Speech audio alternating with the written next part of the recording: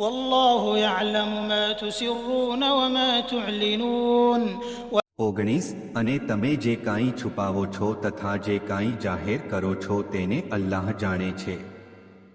તફસીર: અલ્લાહ આ મુશ્રિકોની હાલતની જાણકારી રાખે છે અને નિયમતો પણ પૂરી પાડતો રહે છે અને તેમના દિલોની વાતની પણ જાણે છે અને રબૂબિયતને લાયક તો ફક્ત તે જ જાત છે જે ખાલિક છે, મુનઈમ છે, નિયમત આપનાર છે અને મનુષ્યની આંતરિક પરિસ્થિતિઓનું ઇલ્મ અને જાણકારી રાખે છે. જ્યારે કે આ લોકો જે મૂર્તિઓની પૂજા કરે છે તે ન તો ખાલિક છે અને ન કઈ જાણકારી અને માહિતી રાખે છે, બલકે તે પોતે જ મખલૂક સર્જિત છે અને લોકોનો મોહતાજ છે.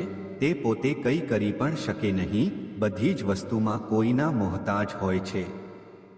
બીજી વાત, અલ્લાહ તઆલા આયતમાં બંદાઓને પણ યાદ અપાવે છે કે તમારા દિલમાં રહેલી નફરત, ઈમાન, ઈરાદો, ખોટ, સચ્ચાઈ બધી જ વસ્તુની અલ્લાહને ખબર છે કે તે કેવું છે.